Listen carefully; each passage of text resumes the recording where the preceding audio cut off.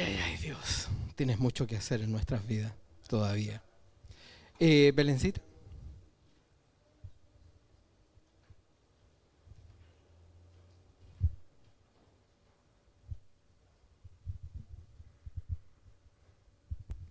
Hola, ¿cómo están?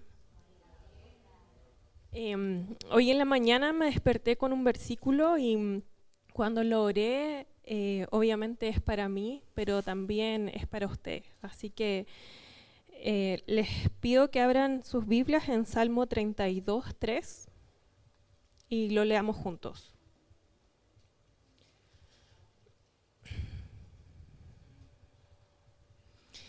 Mientras guardé silencio, mis huesos se fueron consumiendo por mi gemir de todo el día.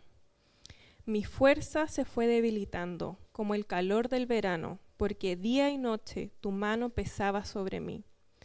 Pero te confesé mi pecado y no te oculté mi maldad. Me dije, voy a confesar mis transgresiones al Señor, y tú perdonaste la culpa de mi pecado.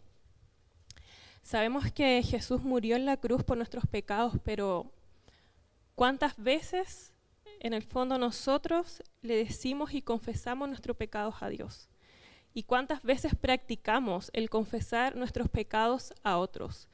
Es sumamente liberador poder confesar nuestros pecados a alguien a que nosotros podamos darle cuenta, a un pastor, a un líder. Y para mí fue una transformación en mi vida poder confesar pecados que nunca pensé que en algún momento los iba a decir, y fue tan liberador para mí y fue de tanta paz a mi corazón hacerlo, que hoy Dios me recordó esto, pero también quiere que ustedes experimenten esa paz y quieren que experimenten la libertad total que Él nos ha dado. Así que es una invitación para que podamos recordar lo que Dios ha hecho con nuestra vida, pero también a decirles que hay mucho más para ustedes y para nuestra iglesia.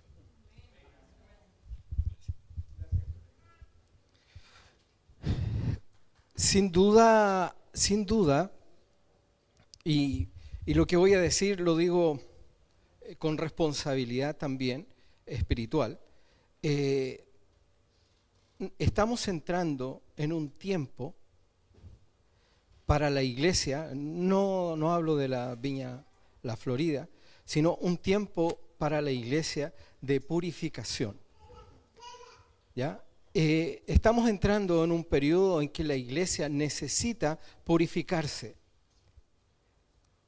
¿Están conmigo, cierto? ¿Están escuchando? ¿Los niños pueden salir ahora? ¿Les conviene salir ahora?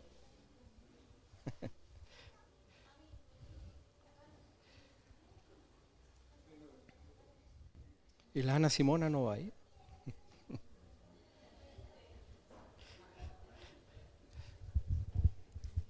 A ella le gusta escuchar el mensaje. ¿La han escuchado? Como ella sí que dice amén, po. Ella sí que dice amén.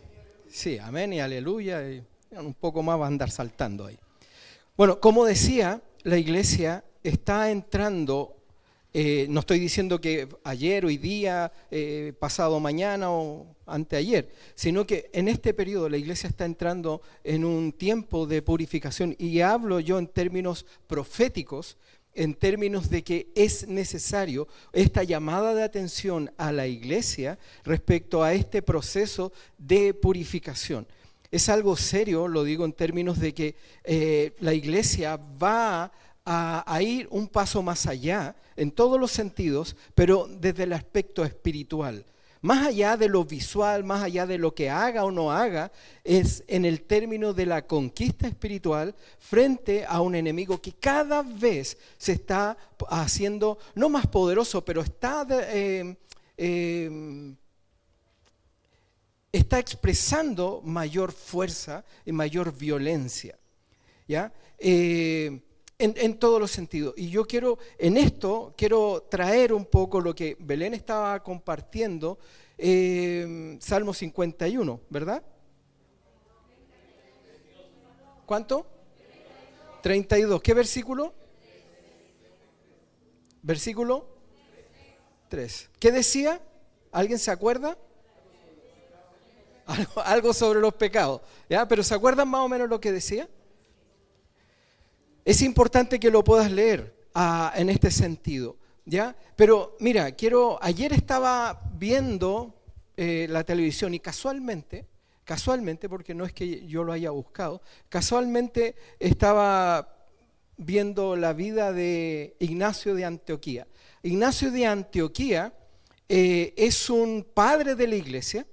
Él era discípulo de Juan, el evangelista, el apóstol Juan, y Ignacio de Antioquía particularmente cuando digo padre de la iglesia, es la sucesión apostólica, vale decir, al ser Ignacio de Antioquía discípulo de Juan, del apóstol Juan, y aún llegó a ser pastor de Pablo, ¿ya? Si tú lees en Hechos 13, tú te das cuenta que el llamamiento de Pablo y Bernabé estaban en la iglesia de Antioquía, ¿ya? Que es el lugar donde ellos fueron llamados y fueron llamados para sus viajes misioneros. Ignacio de Antioquía era el obispo de esta iglesia, ¿ya? Él más o menos nació en el año 30-35 aproximadamente, ¿ya?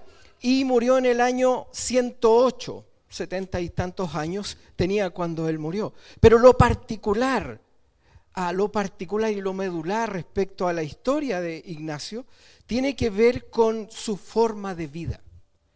No era solamente un obispo, por decirlo yo, un pastor de una iglesia, sino que el tipo de vida que ellos tenían. Cuando nosotros leemos las cartas paulinas y nos damos cuenta de cómo era Pablo, y nos sorprende el nivel espiritual, la autoridad espiritual con que enseñaba, esa capacidad de poder experimentar la vida de Dios, la vida cristiana, ¿se acuerdan? Al punto en decir, bueno, sean imitadores de mí como yo lo soy de Cristo. Y uno se detiene y dice, realmente Pablo era un top, era del jet set espiritual de la iglesia cristiana.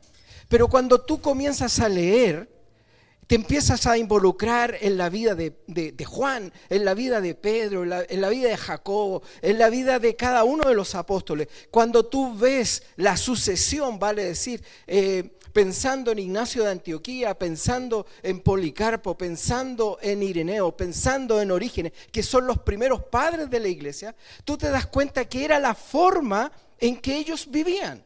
No era algo excepcional, no era algo especial, característico de Pablo o de algún otro personaje. Era como la cristiandad experimentaba la realidad de ser hijos de Dios. ¿Me entiendes?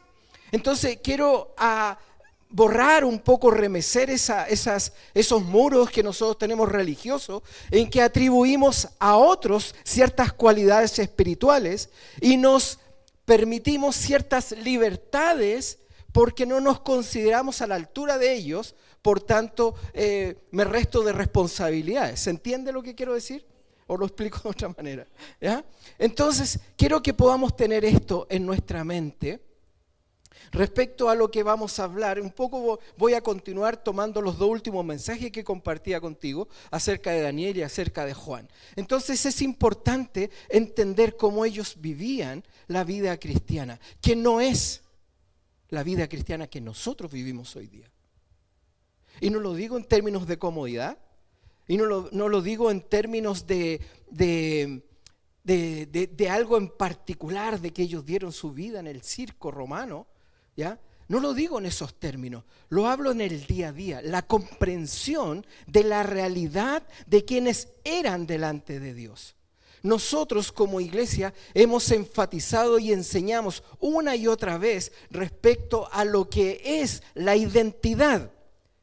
La identidad produce en nosotros un sentido de pertenencia. Al tener este sentido de pertenencia, también me da un sentido de propósito. Y eso es la importancia de lo que es la identidad. Por eso nosotros enfatizamos como iglesia en términos de lo que es la identidad. Pero no es el poder entender para ti, para mí, este sentido de identidad para lograr tener un cierto grado de comodidad espiritual. Sino que al contrario, es que puedas entender la responsabilidad que tienes al darte cuenta quién eres y de poder cumplir el propósito que Dios tiene para tu vida. ¿Se entiende lo que estoy diciendo? ¿Sí? ¿De verdad? Digan amén. Gracias. Para yo entender que están entendiendo, si no lo vuelvo a explicar. ¿Ya? ¿Vamos bien? Policarpo, gracias. Eso, muy bien, gracias. ¿Ya? Aprendan, chiquillas. Entonces, entendiendo esto, Ignacio de Antioquía, para hacerlo corto y no hablar de él, ¿ya? Él fue perseguido. Él, estando en Antioquía, se le exigió a través del Imperio Romano, a través de, se me olvidó el emperador que había en ese momento, se le exigió que él se arrodillase delante de los ídolos romanos y él no lo aceptó. Por tanto, lo llevaron a Roma. Pero iba a Roma sentenciado de muerte, vale decir, él ya salió de Antioquía sabiendo que iba a ser muerto, o sea, iba a Roma a morir. ¿Se entiende? Pero en ese proceso, él pudo tener ciertas libertades que se le otorgaba como imperio romano a un preso condenado a muerte. Y era que él podía llevar consigo un esclavo.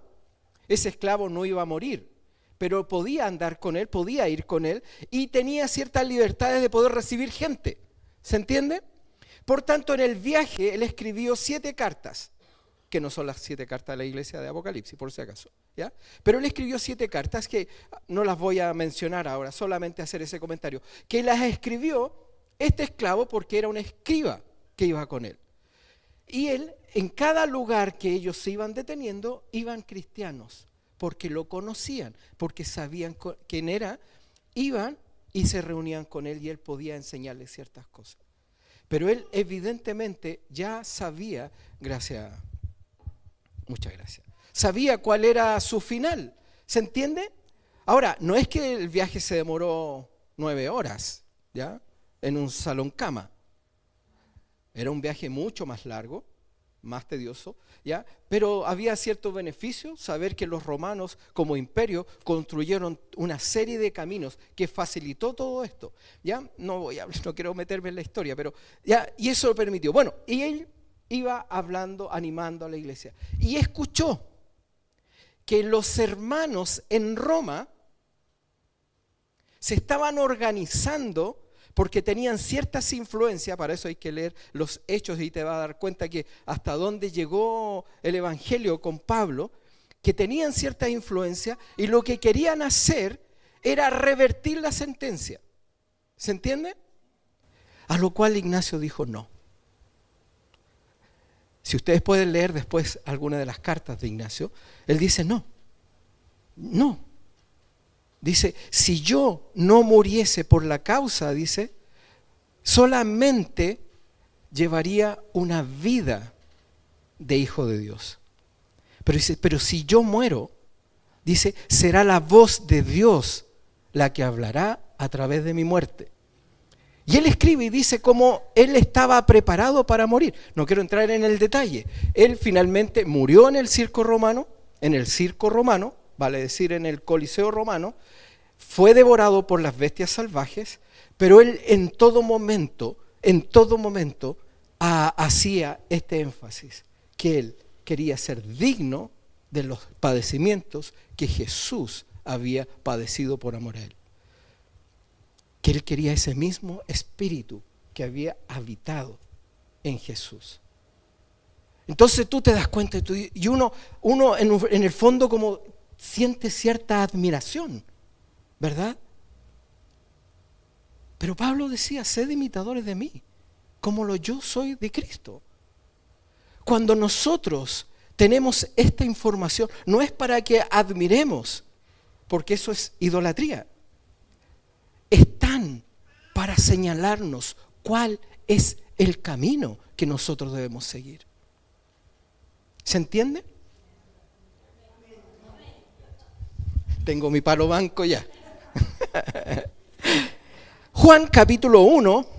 Antes, Jorge, si puedes proyectar una imagen que me llamó la atención y esto es el dato freak de hoy día. Bueno, ¿alcanzan a ver o no? Barak, Barak, ¿ya? Esa es una oveja que se había perdido. Estuvo 5 años perdida en Australia, ¿ya? Y ahora en febrero del 2021, si no mal recuerdo, la encontraron. Esto es una noticia. Pero esa, ¿y sabes cuántos kilos tenía de lana? 35 kilos de lana en 5 años en que estuvo perdida. Bueno, la encontraron, la llevaron a un refugio, la llevaron a un lugar donde la pudieron rehabilitar, le cortaron la lana, ¿ya? Pero quería hacer este dato freak. ¿En qué sentido? En que eso ocurre con la oveja perdida. ¿Se acuerdan cuando Jesús dijo que yo he venido a rescatar a la oveja que se ha perdido? Entonces uno tiene esa figura, no la saques todavía, Jorge.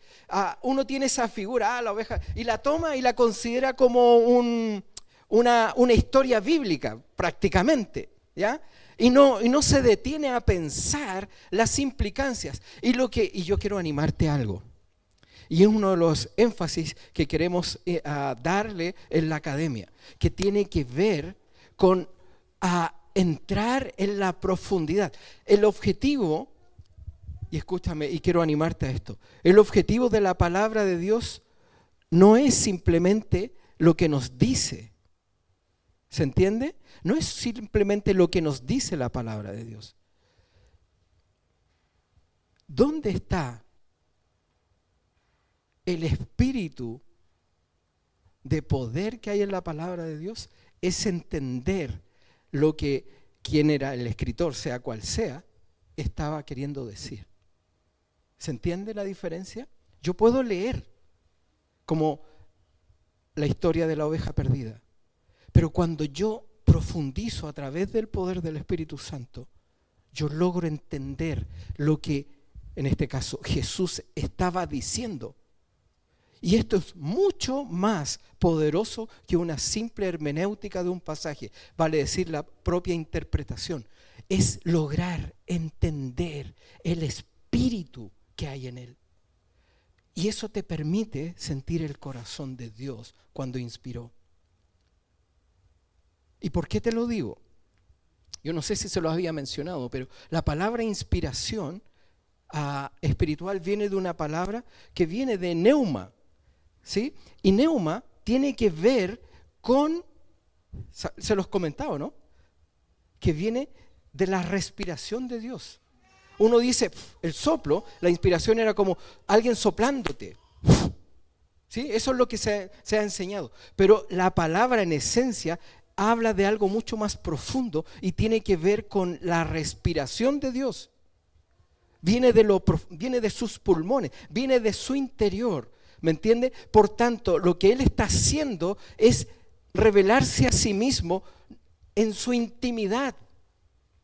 Y eso es lo que nosotros encontramos en la palabra de Dios. No es simplemente y viene una explicación teológica. No, la palabra de Dios se revela. Porque revela ¿a quién? A Dios. ¿Se entiende? Ok, Juan capítulo 1, sácala nomás. Esa es la oveja, famosa. ¿Ya?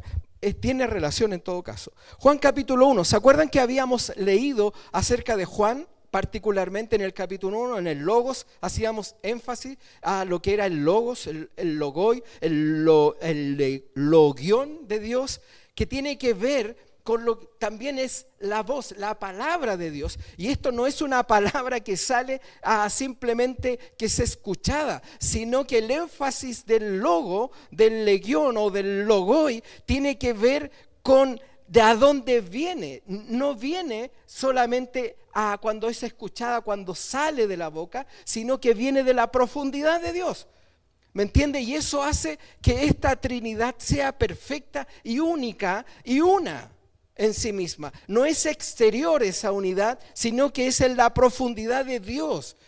La palabra de Dios sale de la profundidad de Dios, del razonamiento, del pensamiento de Dios. Por eso Pablo en Corintios dice, nosotros tenemos la mente de Cristo. ¿Por qué? Porque Él nos ha dado la capacidad de la palabra de Dios en nosotros. Y cuando nosotros tomamos la palabra de Dios en el sentido que acabamos de expresar, estamos tomando el razonamiento, la parte cognitiva, la inteligencia de Dios. Y cuando yo me mimetizo, cuando yo me fusiono con esta palabra de Dios, cuando la palabra de Dios hace un hogar en mí, estoy actuando, viviendo y entendiendo con la mente de Cristo. ¿Se entiende? ¿Sí? ¿Se logra entender? Ok. Dice, en el principio existía el verbo, y el verbo estaba con Dios, y el verbo era Dios. Él estaba en el principio con Dios, haciendo referencia al Logos, que es Jesús. Todas las cosas fueron hechas por medio de Él, y sin Él nada de lo que ha sido hecho fue hecho. En Él estaba la vida, y la vida era la luz de los hombres, y la luz brilla en las tinieblas, y las tinieblas no la comprendieron. Vino al mundo un hombre enviado por Dios, cuyo nombre era Juan el Bautista. Este vino como testigo para testificar de la luz, a fin de que todos creyeran por medio de él. No era él la luz, sino que vino para dar testimonio de la luz. Existía la luz verdadera que al venir al mundo alumbra a todo hombre. En el mundo estaba, y el mundo fue hecho por medio de él, y el mundo no le conoció. Él está hablando en sentido estrictamente cósmico. Esta palabra de Dios, ¿se acuerdan? Y dijo Dios y fue hecho. Y dijo Dios y fue hecho. Y dijo Dios y así fue. Este logo que estaba en la creación y que fue creado, dice, ahora vino al mundo y se hizo carne, se hizo visible. ¿Se acuerdan Hebreos 1? Que Él es la expresión exacta de Dios. Versículo 1 y 2. Es la expresión exacta. Él es lo que antes era a través de los profetas. Ahora ha hablado Dios a través de su Hijo. Ese logo ha sido hecho carne y habita entre nosotros. Y dice, y vino al mundo, no solamente lo creó, lo sustentó, lo sostiene, sino que ahora vino y habitó entre nosotros. Emmanuel, Dios con nosotros, está en medio nuestro. Y dice, pero, ¿qué pasó? Pero el mundo no le conoció.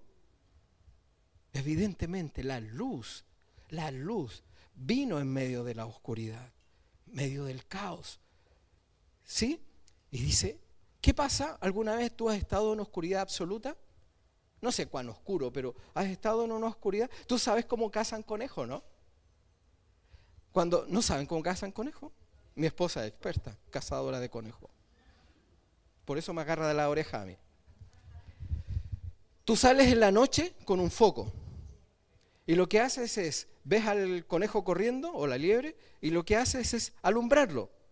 Y el conejito, pobrecito, mi esposa, se queda detenido, se encandila y se frena. Y ahí, ¡paf! Y ustedes saben después, la olla y se lo comen. Pero ¿qué ocurre? En medio de la oscuridad, con el foco, tú lo encandilas. Si tú estás en oscuridad y de repente se prende una luz, no sé si alguien ha estado detenido, ¿ya? Está en oscuridad y te ponen un foco encima, te encandila. Eso fue lo que Juan está diciendo. Esta luz vino y en medio de la oscuridad encandiló. Fue tanto su brillo al punto en que el mundo no lo conoció, cerró los ojos, fue indiferente, se reveló a eso. ¿Pero qué dice el versículo 12? Pero a los suyos vino el 11 y los suyos no le recibieron. Versículo 12. Pero a todos los que le recibieron le dio el derecho de llegar a ser hijo de Dios. Y esto quiero detenerme en el versículo 12 particularmente. Dice, a los suyos vino, los suyos no le recibieron, más a todos. Y se acuerda que hacíamos y explicábamos un poco que esa palabra de recibir no es como nosotros la entendemos, sino lo que el apóstol estaba queriendo decir es otra cosa que va un poquito más allá. Y aquí es donde está la revelación. Y yo le pido a Dios que venga revelación de Dios a nosotros. ¿Ya? Vamos a orar. Padre, en el nombre de Jesús, te ruego que tu Espíritu Santo tome control de nosotros. que venga sobre nosotros, Dios, y traigas revelación. Que nuestro espíritu sea cautivado por tu palabra. Que nuestra mente, Dios, pueda entender las verdades que están en ti y que has querido transmitir. Son para nosotros. Como decía, que los misterios nos lo han sido dado a nosotros. Y queremos escudriñar en estos misterios del reino. Misterios que nos pertenecen, Dios, porque formamos parte de este reino. Y yo quiero, Dios, a través de tu Espíritu Santo, que puedas tocar nuestro corazón y desafiar nuestra vida a ir un poco más allá.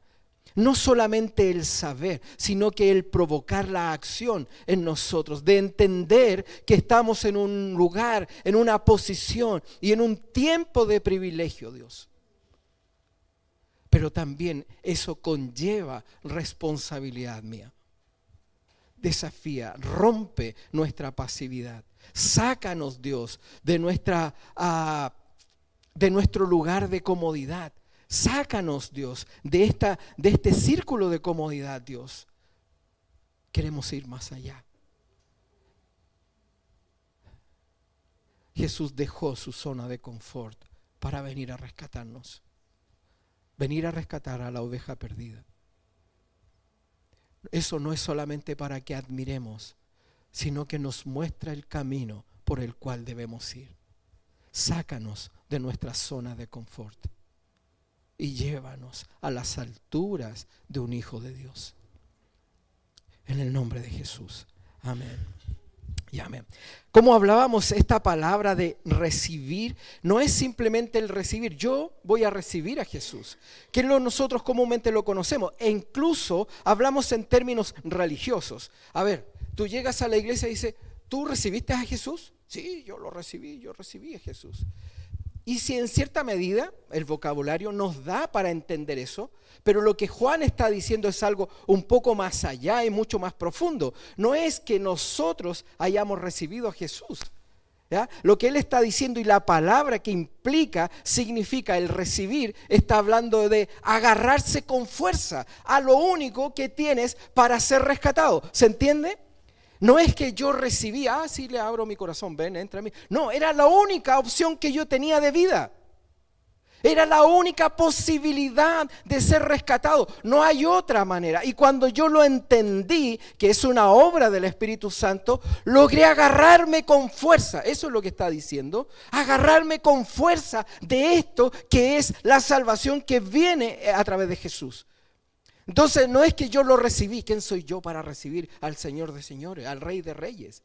Es Él el que me ha aceptado, porque lo dice, más a todos los que le recibieron, a todos los que se agarraron con fuerza, a lo único que pudieron ver como posibilidad de salvación, de ser salvo. Y cuando hablo de ser salvo, hablo en todos los términos de lo que significa la palabra salvación, que bíblicamente no significa solamente salvación del alma, sino que es en todo el sentido de la palabra. Es rescatarnos, es restaurarnos y es generar en nosotros una identidad íntegra. Íntegra no de acciones, de cómo estamos compuestos, alma, espíritu y cuerpo, unidos, unificados a través del Espíritu Santo, en el cual se comunica conmigo a través de mi espíritu. Porque es ahí donde está la fusión espiritual entre Dios y nosotros. No es en nuestra mente, no es en nuestras emociones, no es en nuestro cuerpo, sino que es en nuestro espíritu. Y sopló Dios sobre la nariz de Adán y fue un ser viviente. La vida de Dios viene a través de esta respiración de Dios. ¿Se entiende? Es como lo que hizo Dios cuando dice sopló en su nariz. Lo que Él está diciendo es que le dio respiración boca a boca.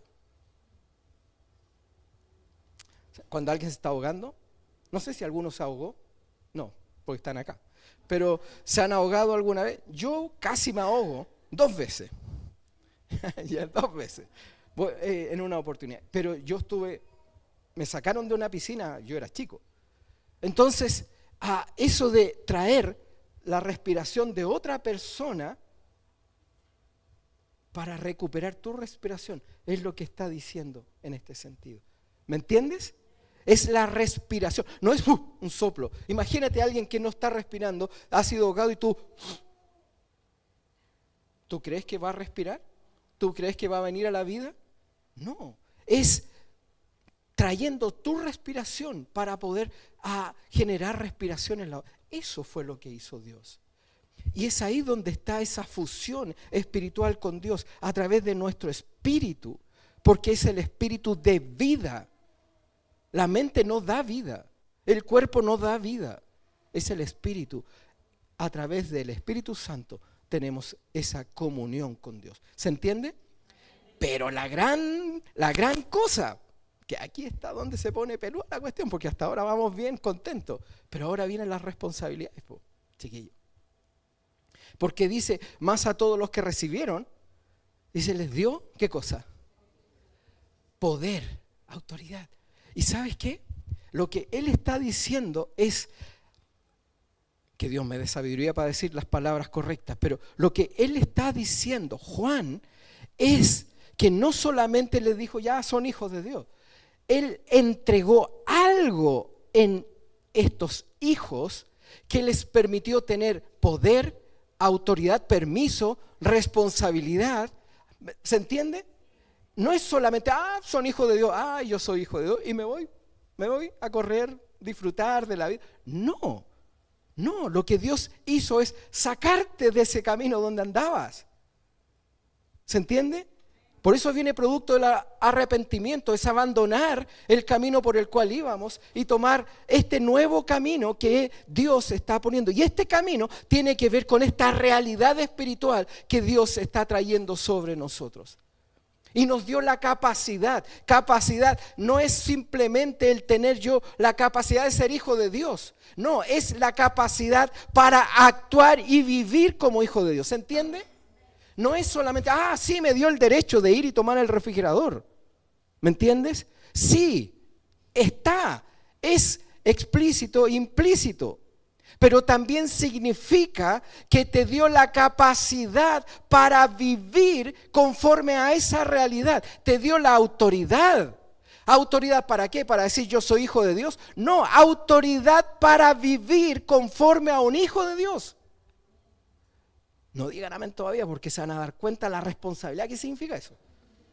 Y ahí después van a decir, ¿para qué dije amén? No, al contrario, usted dice, no, amén, hermano, vamos, dale nomás, dale. Danos, vamos, si queremos alcanzar lo que Dios nos ha querido dar, ¿o no? ¿Van conmigo? ¿Sí? ¿Pero se entiende? ¿O no están entendiendo? ¿Sí, de verdad? Es que es importante para mí, de verdad, chiquillos. No quiero que me lo digan para que... Es importante porque esto es vida o muerte. Entonces les dio el derecho de ser hijos de Dios. ¿Qué significa? Mira, cuando nosotros entramos a esta realidad de hijo de Dios, estamos entrando a una esfera distinta a la cual nosotros estábamos viviendo y en la cual nosotros vivíamos y con los valores que nosotros teníamos. Es una vida nueva, una novedad de vida. ¿Se acuerdan cuando Jesús hablaba con Nicodemo? Es necesario nacer de nuevo. No voy a profundizar en eso tampoco, pero es necesario nacer de nuevo. Pero ¿significa que debo ir al vientre de nuevo? No, lo que es nacido de la carne, carne es. Pero lo que es nacido del Espíritu, Espíritu es. Y lo que significa ahora, lo que has vivido hasta ahora espiritualmente, lo que has vivido ahora en tu vida, recuerda que el Espíritu es alma viviente. Lo que tú estabas viviendo, lo que estabas viviendo era muerte. Estabas muertos en vuestros delitos y pecados. Por tanto, ahora has pasado a vida. Vale decir, todo lo que estaba antes de eso, antes de recibir, de agarrarte fuertemente a la única esperanza que tenía, que era Jesús, esa vida ya murió. Ya no eres ese. ¿Se entiende? Con valores que tenías, con tus actitudes. No es que yo soy así. Esa es una mentira del diablo que has creído. No eres así, porque lo que la Biblia dice es que eres hijo. Y si eres hijo, tienes poder y autoridad sobre ti mismo y sobre la forma en que tú vives. Porque ese era el viejo hombre que habla Pablo. ¿Se entiende? ¿Sí?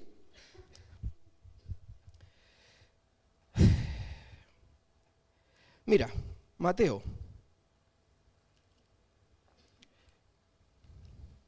Y aquí viene lo bueno. Se puso buena la cosa.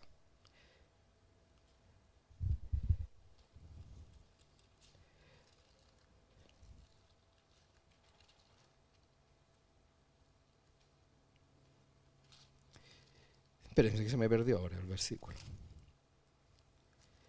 Mateo.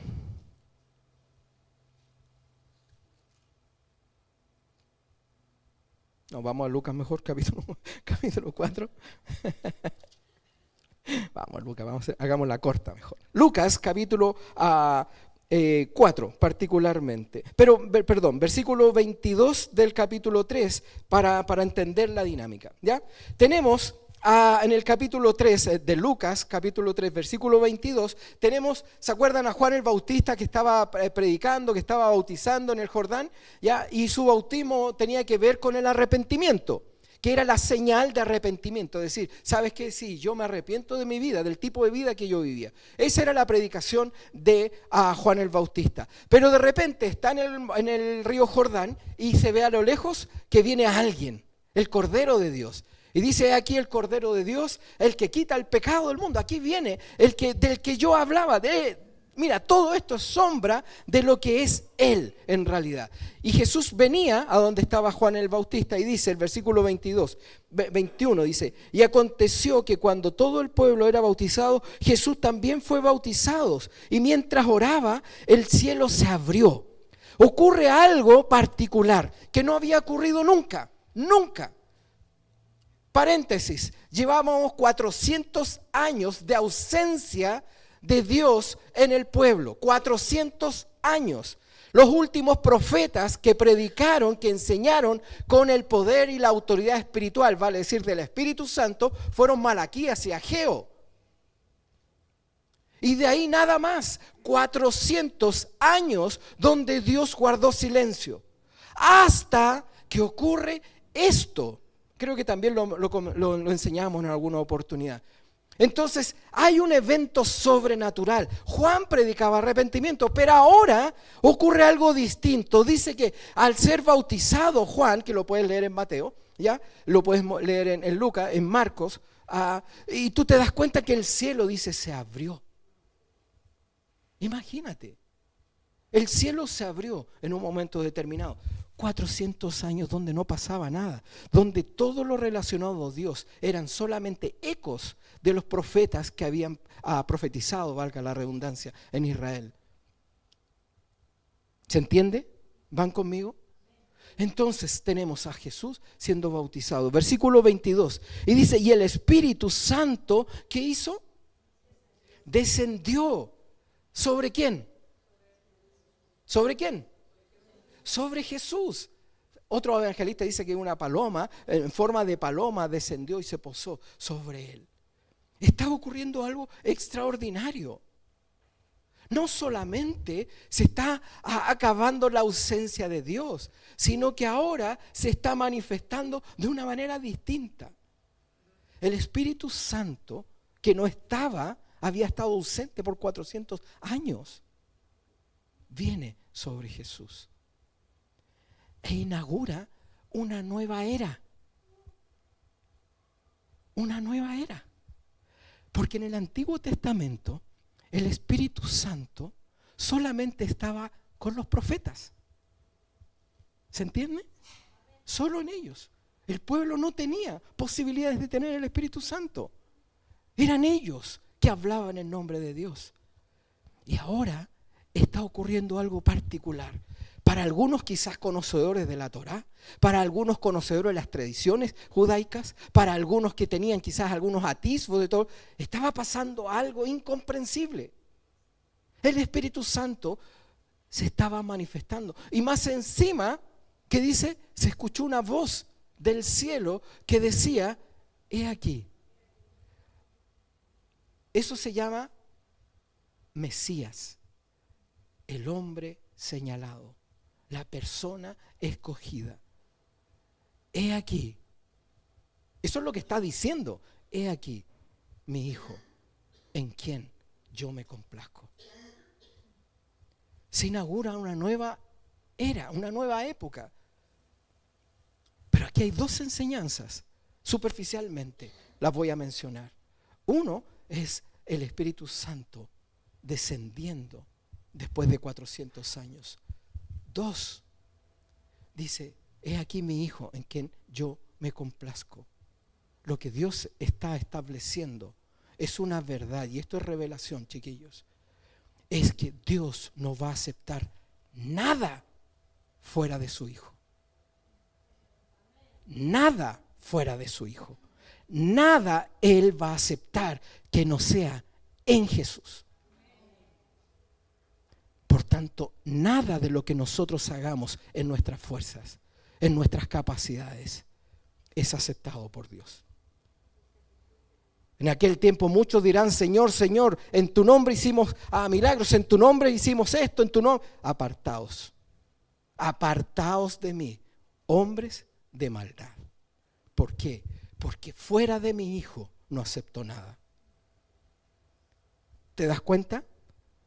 Lo potente. Esto es un cataclismo cósmico que está ocurriendo. Y continuamos para no detenerme tanto. Ven a la academia si quieres aprender de esto. Versículo 1 del capítulo 4. Jesús, ¿qué dice? Jesús, ¿qué dice? Fuerte. ¿Qué dice? Jesús. No, pero fuerte. ¿Ustedes entienden lo que significa fuerte? Jesús lleno del Espíritu Santo. Él estaba lleno del Espíritu Santo. ¿Se entiende? No es que el Espíritu Santo vino y inauguró algo y ocurrió algo y fue un cataclismo nivel supremo y ya fue. No. Jesús dice ahora comienza su ministerio, nosotros siempre fuimos enseñados que el ministerio público de Jesús comenzó con las bodas de Caná. ¿Has escuchado eso?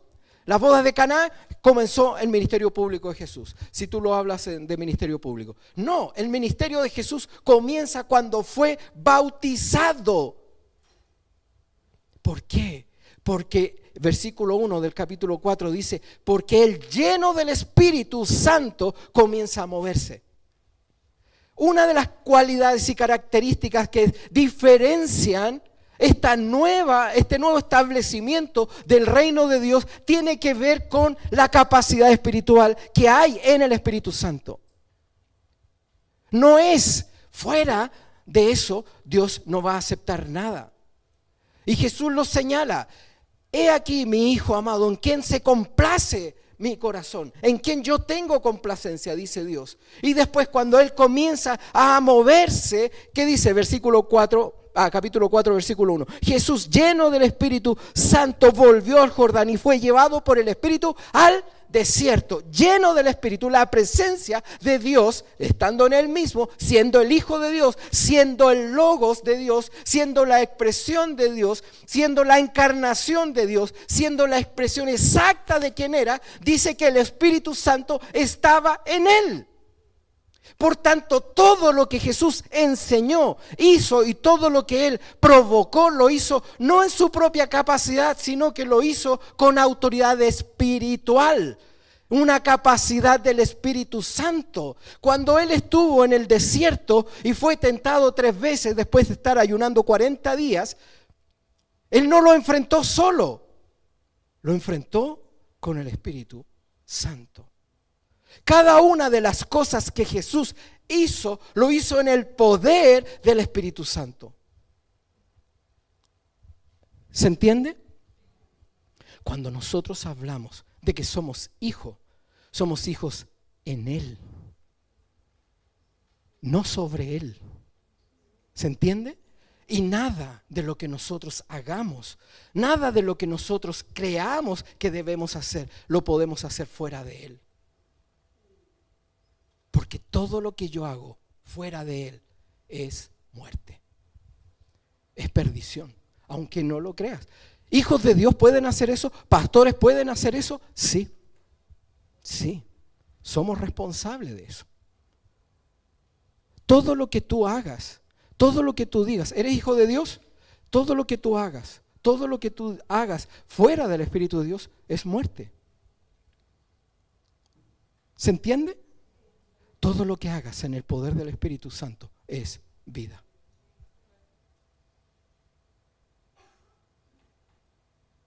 A veces nosotros nos deprimimos. No voy a entrar en la psicología, pero a veces estamos depresivos, desanimados. A veces estamos desalentados. A veces podemos estar viviendo situaciones críticas, crisis. Pero tú dices, tú lees los evangelios, Jesús, tú lees el libro de los Hechos, los apóstoles, los discípulos, tú lees la historia, los padres de la iglesia, tú lees el periodo de la Reforma y tú dices, estos eran tipos bacanes. Y sería bueno que de vez en cuando lo pudiésemos leer. Te das cuenta que ellos eran diferentes. La pregunta es, ¿por qué eran diferentes? ¿Por qué Ignacio de Antioquía era diferente? ¿Por qué Pablo era diferente? ¿Por qué Agustín era diferente? ¿Por qué? Y así podemos nombrar a muchos a través de la historia. Y nosotros sentimos cierta admiración y lo miramos de lejos. No, chiquillos, es porque nosotros no estamos viviendo la vida de Dios. Y no es para que nosotros admiremos a ellos, es para que sigamos el ejemplo de ellos. ¿Se entiende?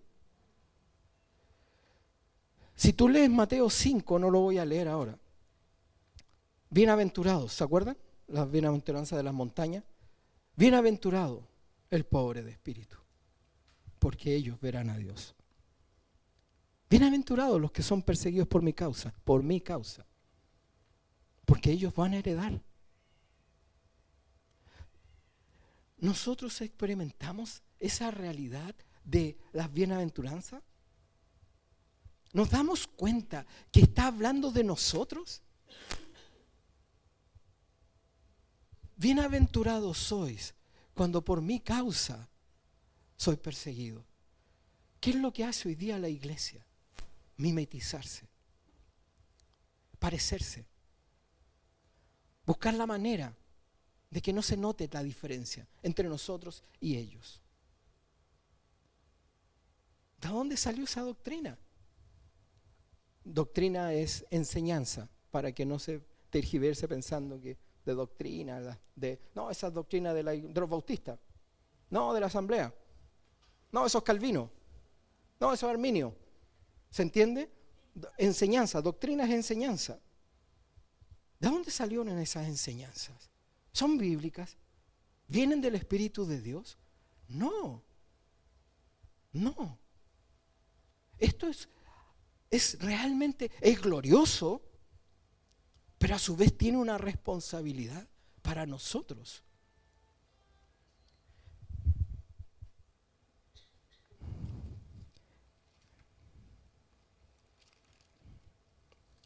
Quiero avanzar un poco.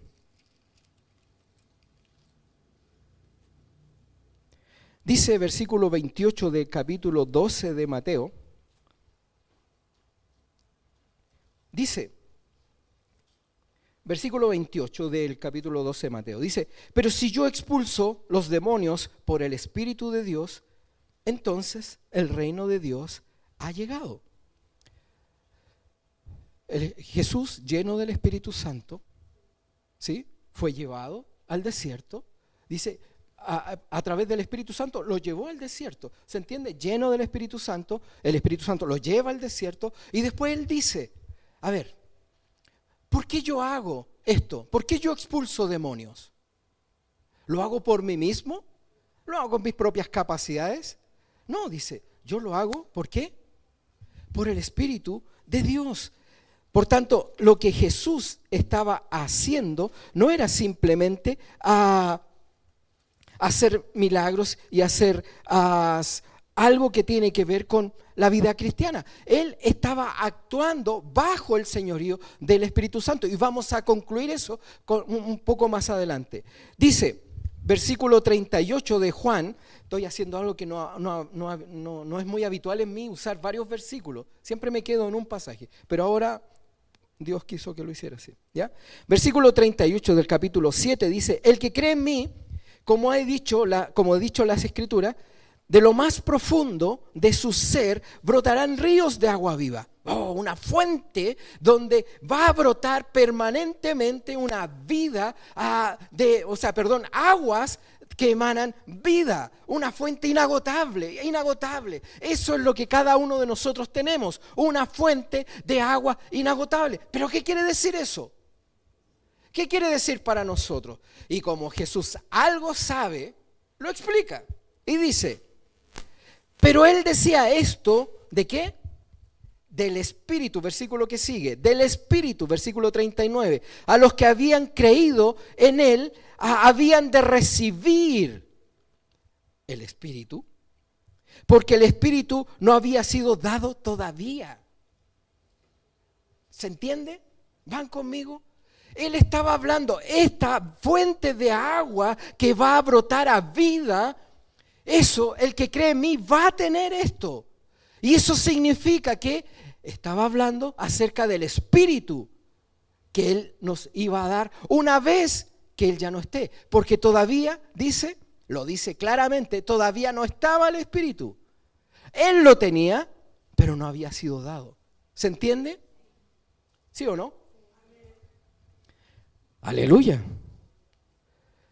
Ese es el camino por el cual nosotros necesitamos ir.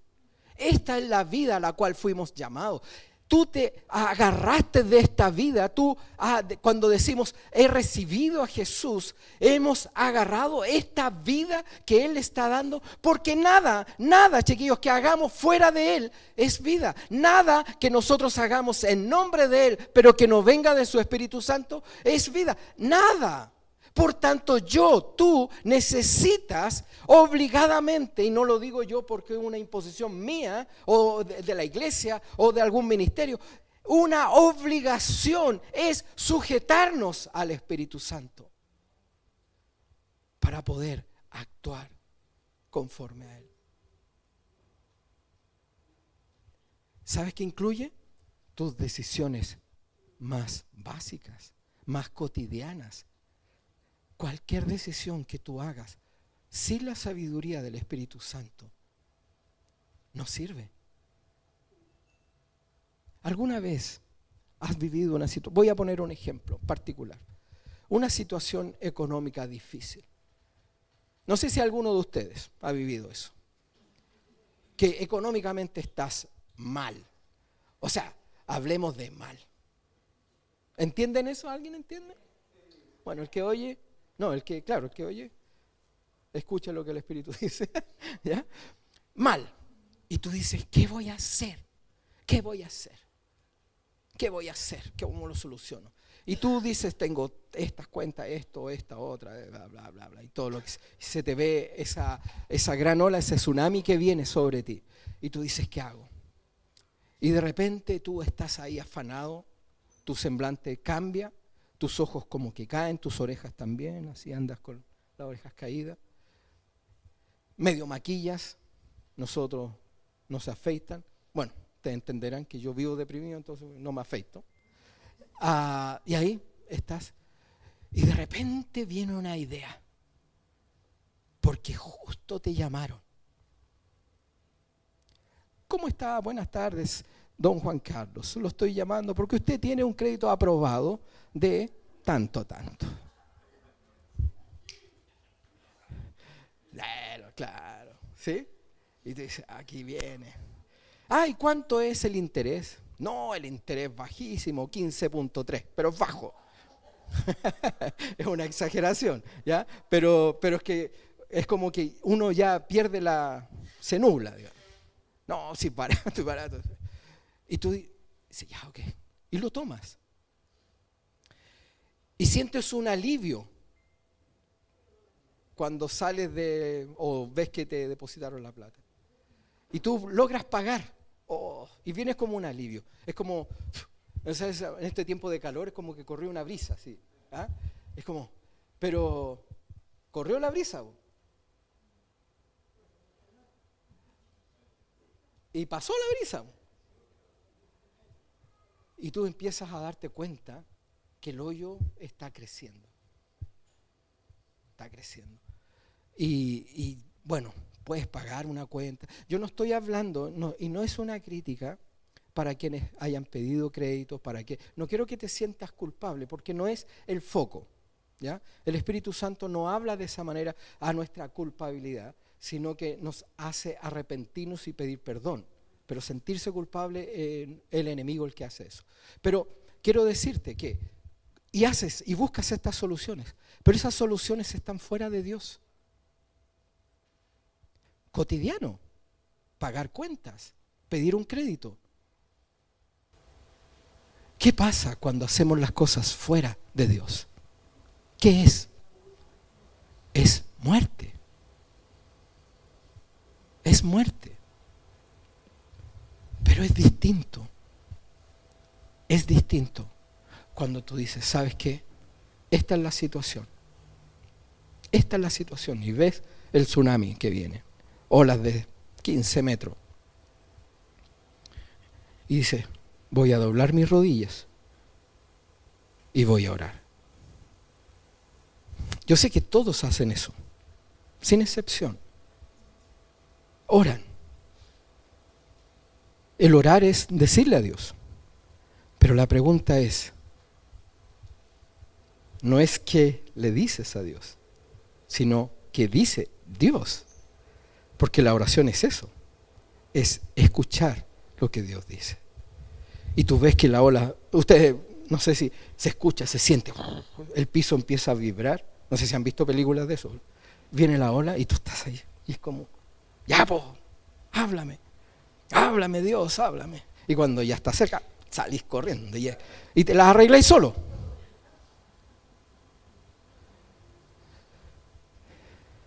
Yo quiero llevarte más allá.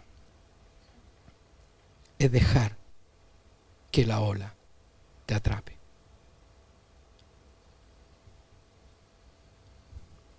¿Sabes qué, Dios?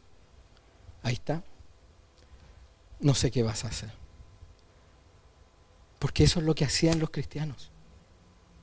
En el circo romano estaban ahí. ¿Sabes qué, Dios? Ellos cantaban. Cuando murió Ignacio, Trajano, me acordé, el emperador, no entendía lo que estaba pasando. ¿Por qué? ¿Por qué espera la muerte y de la manera que va a morir con tanta valentía? No cabían en sí, Trajano no caía en sí.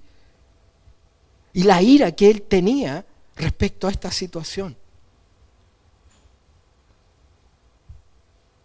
No he visto justo desamparado, ni su descendencia mendigando el pan.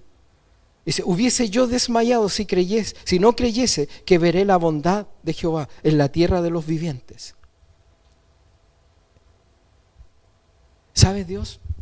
Tú tienes palabra de vida eterna. Y para mí es suficiente. Para mí es suficiente. Cuando nosotros hacemos las cosas en el poder del Espíritu Santo, nos sujetamos absolutamente, sin temor a las consecuencias. Porque sea lo que sea, aun cuando la ola me agarre, va a ser bueno para mí. Va a ser bueno. Porque Dios está conmigo. Porque Él está ahí. Porque Él es mi cuidador. Aunque ande en el valle de la sombra y de la muerte, no voy a tener temor. David está diciendo, ¿me vas a sacar de aquí? O está diciendo, ¿sabes qué? Voy a pasar, pero no tengo miedo. Lo que me pueda pasar, porque tú estás conmigo. Porque tú aderezas a mesas delante de mis angustiadores. ¿Se entiende? La vida espiritual que Jesús estaba señalando era otra cosa. Nosotros podemos, quizás en los libros, si tú lees algún libro de esto, te vas a dar cuenta que la iglesia es la reforma del judaísmo. ¿Y qué hace la diferencia de este legado religioso del judaísmo a la iglesia? Es que el Espíritu Santo descendió sobre la iglesia. Mira, Romanos, capítulo 8, si nos queda poco, no se preocupen.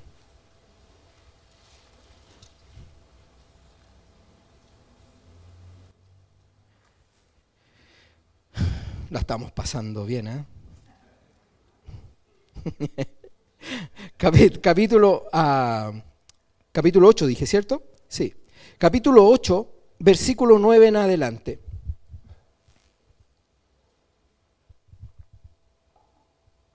Estamos terminando. Dice: sin embargo, vosotros no estáis en la carne. La diferencia, la distinción. ¿Por qué? Porque somos hijos. Nos dio el derecho, la autoridad, el poder, nos capacitó, nos dio todas las habilidades del reino espiritual. ¿Por qué? Porque es a través de su espíritu. Todo eso, nosotros, dice, ya no están en la carne, por tanto ya no pensamos conforme a la carne. Eso es lo que está diciendo. Ya no pensamos naturalmente, pensamos de manera sobrenatural, vale decir, a través del Espíritu. Nuestra vida ya no es una vida carnal en términos de la práctica, en términos de lo que pienso, cómo resuelvo, cómo hablo, de mis responsabilidades. Ya no voy a la iglesia simplemente para cumplir con el ritual y quedar tranquilo, sino que hay algo más. Yo sé que hay algo más de Dios en mi propia vida y me está llevando más allá de lo que yo soy y lo que he querido. Mis metas, mis planes, lo que Pablo decía, lo que yo era lo tengo por basura. Todo lo que yo fui, todo lo que yo logré, todo mi nivel, mis capacidades, para mí es basura. Yo lo dejo, lo desecho. ¿Qué es la basura? ¿Qué hago con la basura? La boto. ¿Qué hago después de cuando la boto en el tacho de la basura? La saco y la dejo lejos. Pablo está diciendo, eso para mí es lo que yo era. Ahora soy una persona nueva. Dice, contar de ganar a Cristo, todo lo dejo, contar de ganar de Él. Lo único que me interesa es Él. ¿Se entiende? Eso es lo que estaba diciendo Pablo. Ya eso ya pasó. Lo que yo era, mis habilidades ya no sirven. Es Jesús en mí. Yo no voy a aceptar nada fuera de Jesús, porque en Él está mi complacencia. ¿Queda claro? O sea, ya sabemos qué es lo que Dios piensa al respecto. Sin embargo, nosotros no estáis en la carne, sino en el Espíritu, si en verdad el Espíritu de Dios habita en vosotros. Cortita. ¿El Espíritu Santo habita en ustedes? Ok, entonces ya no andan conforme a la carne, sino conforme al Espíritu. ¿Se entiende? Pero si alguno no tiene el Espíritu de Cristo, el tal no lo es. Nada fuera de Cristo voy a aceptar. Si no está el Espíritu Santo en ti, estás fuera. ¿Se entiende? Y si Cristo está en vosotros, aunque el cuerpo esté muerto a causa del pecado, sin embargo, el Espíritu está vivo a causa de la justicia. Bueno, no me voy a remontar, pero cuando Juan ve a Jesús y le dice, he aquí el Cordero, y dice, vengo a ser bautizado. Y Juan le dice, no, yo soy el que debería ser bautizado. Y Jesús le dice, no, debemos cumplir lo que respecto a la justicia dice. Entonces ahora Pablo está diciendo respecto al Espíritu de Dios que está en nosotros, nos lleva a esto. Dice, sin embargo, el Espíritu está vivo a causa de la justicia, a causa de Jesús, que cumplió el reino de Dios. Buscad primeramente el reino de Dios y su justicia. ¿Cuál es la justicia? Lo que está dentro de Jesús. Efesios 1. En Él, del capítulo 1, una y otra vez habla acerca de lo que significa la vida cristiana. Dice, todo está en Él. ¿Se entiende? Entonces, dice, a causa de la justicia, pero si el Espíritu de aquel que resucitó a Jesús, ¿quién resucitó a Jesús de los muertos? ¿Quién? ¿Quién resucitó a Jesús de los muertos? ¿Qué dice, chiquillos? Díganlo. ¿Quién resucitó a Jesús de los muertos? El Espíritu Santo resucitó a Jesús de los muertos. Él no se levantó solo. ¿Entienden lo que estamos hablando? Se rompen estigmas que nosotros creemos de situaciones que nosotros pensamos que eran. Jesús fue levantado por el Espíritu Santo de los muertos. Jesús dio su vida, Él la puso. Dice, no me la quitan, yo la pongo, yo pongo mi vida. Y dice que él estando en la cruz expiró y dijo, hasta aquí nomás. Por tanto, no fue la muerte que conquistó la vida de Jesús, sino que Él conquistó la muerte porque Él entregó su vida por nosotros. ¿Se entiende? Jesús no fue muerto, sino que Él dio su vida. Él literalmente dio su vida, puso su vida. No me la quitan, dice Jesús, yo la pongo. Y ahora dice, el Espíritu Santo es el que me levanta de los muertos. Él resucitó por la obra sobrenatural del Espíritu Santo. ¿Amén? ¿Pero se logra entender? Estamos terminando, no se preocupen.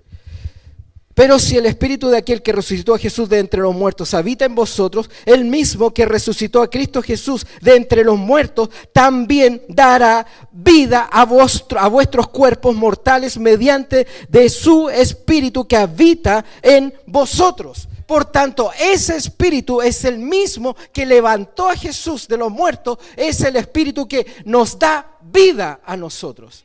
Porque nada fuera de Jesús voy a aceptar. ¿Se entiende? Y ese es el Espíritu que tú tienes, si es que eres hijo de Dios. Si eres hijo de Dios, debes una responsabilidad moral expresar la vida de Dios en tu vida. Porque Dios no acepta otra cosa. No es legalismo. No es legalismo. Porque no es en tus fuerzas.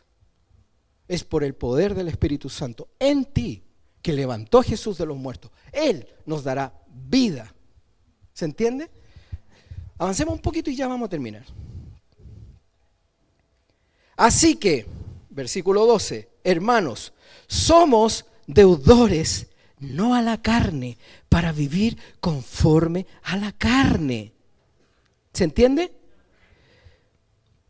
Porque si vivís conforme a la carne, habréis de morir. Pero si por el Espíritu hacéis morir las obras de la carne, vas a vivir. En otras palabras, si logras entender que necesitas vivir tu vida a través del Espíritu Santo, de la obra del Espíritu Santo que levantó a Jesús de los muertos, vas a tener vida y vida en abundancia. Y no vamos a vivir la pobreza de vida que llevamos hasta ahora. ¿Se entiende? Vidas pobres. Vidas pobres. ¿Me entiendes? Y perdón que te lo diga de esta manera. Vidas pobres. Nos conformamos con 3 chauchas.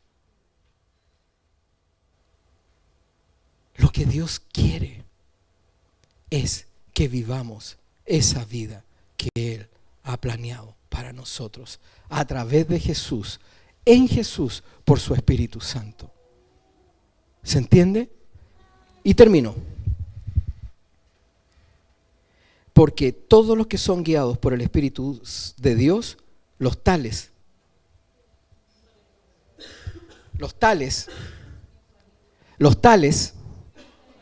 fuerte, los tales, ser hijos de Dios no es pertenecer a una iglesia, no es la membresía. El Hijo de Dios tiene el Espíritu Santo. Pero si tiene el Espíritu Santo, anda conforme al Espíritu. Porque todo lo que haga fuera del Espíritu Santo es muerte. Y todo lo que haga en las capacidades del Espíritu Santo es aleluya.